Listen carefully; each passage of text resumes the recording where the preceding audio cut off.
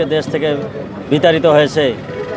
আমরা আল্লাহর কাছে দোয়া করি, আল্লাহ যেন আমাদের নেত্রীকে, গণতন্ত্রের মা, আপোষের নেত্রী, এই বাংলাদেশের বেগম খালেদা জিয়ার অপর নাম বাংলাদেশ, বেগম খালেদা জিয়ার অপর নাম গণতন্ত্র।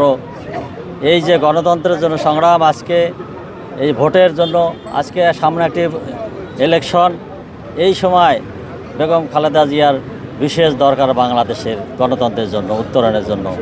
আমরা দেশবাসীর কাছে, নেতাকর্মীরা আমরা দোয়া করি আল্লাহর কাছে এবং দেশবাসীর কাছে, দেশের এবং দেশের বাইরের সকল মানুষের কাছে দোয়া চাচ্ছি, আল্লাহর কাছে দোয়া করুক, আল্লাহ যেন আমাদের নেত্রী হায়াত দারাজ করে দেন এবং এই যে গণতন্ত্রের জন্য যে সংগ্রাম করেছেন, আগামী দিনে দেশ এবং জাতির জন্য যেন উনি যেন অবদান রাখতে পারেন, এটাই আমরা কামনা করছি, এটাই দোয়া করছি আল্লাহর কাছে।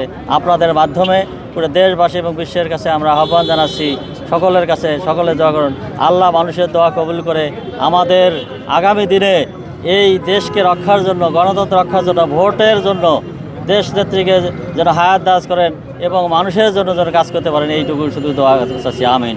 সকলকে ধন্যবাদ।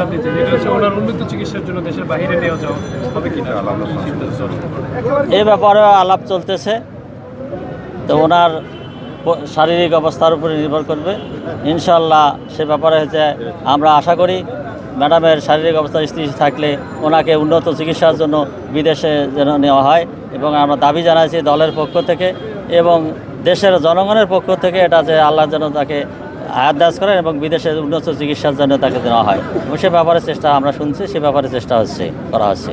ধন্যবাদ। Thank you.